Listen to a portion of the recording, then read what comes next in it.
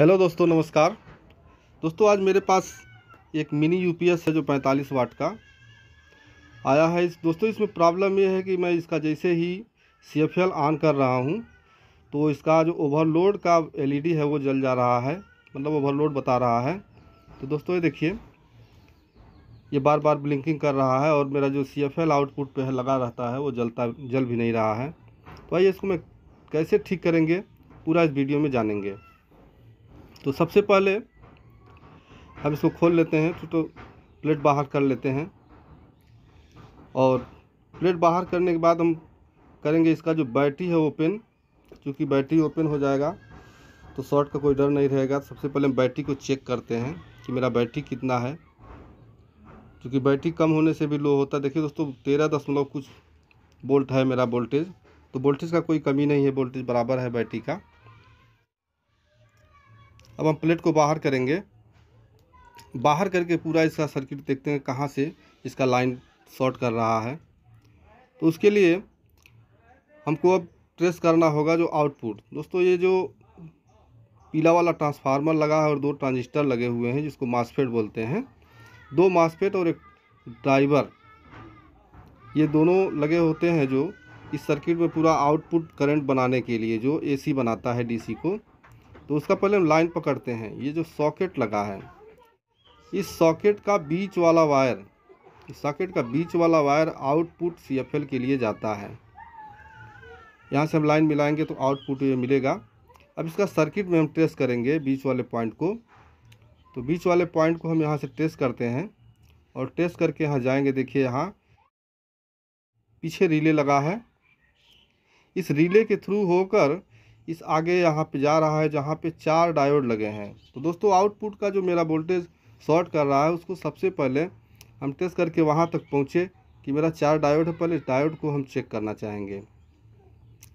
तो सबसे पहले हम डायोड को चेक करने के लिए पीसीबी में लगाए चेक करते हैं चारों डायोड को। दोस्तों, मीटर को हम बजर रेंज में रखेंगे, जहाँ बीप की आवाज़ आती है कंटिन्यूटी बजर रेंज में रख के, और डायोड को दोनों सिरों पे हम बारी बारी टच करके देखें। लेकिन दोस्तों, उससे पहले बैटरी आपका निकला रहना चाहिए, नहीं तो अगर कहीं से शॉर्टिंग होता है तो आपको झटका भी लग सकता है।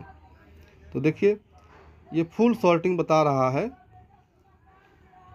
मतलब बीप की आवाज़ आ रही है लेकिन लगे लगाए फुल चेकिंग होता नहीं है। तो सबसे पहले उसको हमको पीसीबी से एक एक पिन को ओपन करना पड़ेगा। ओपन करने के बाद ही इसकी चेकिंग अच्छी तरह से हो पाएगी। तो हम ओपन कर लेते हैं।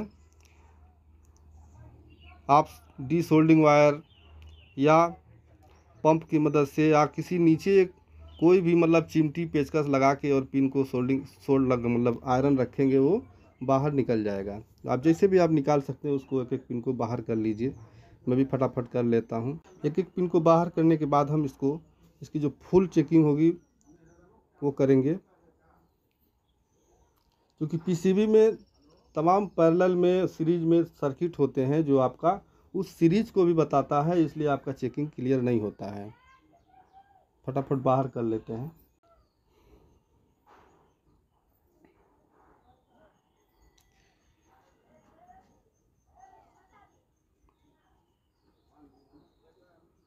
दोस्तों, मेरा डायोड चारों ओपन हो चुका है, एक एक पिन।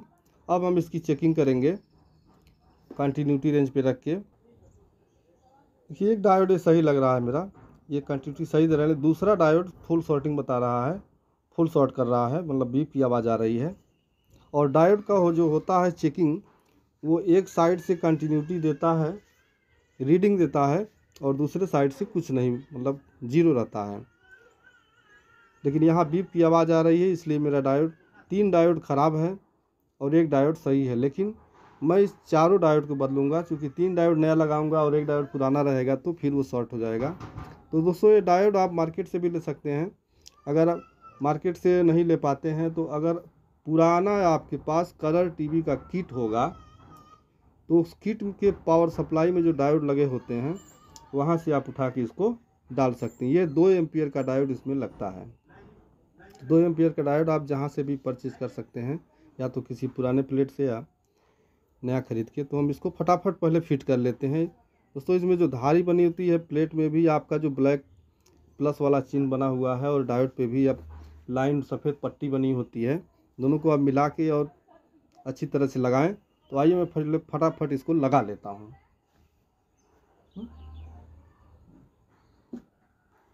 दोस्तों ये पिन मैं सारा इसमें लगा चुका हूँ, इसको मैं सोल्ड कर देता हूँ बारी बारी से।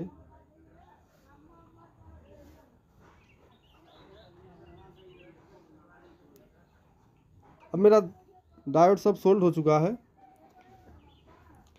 अब इसका हम चेकिंग करेंगे।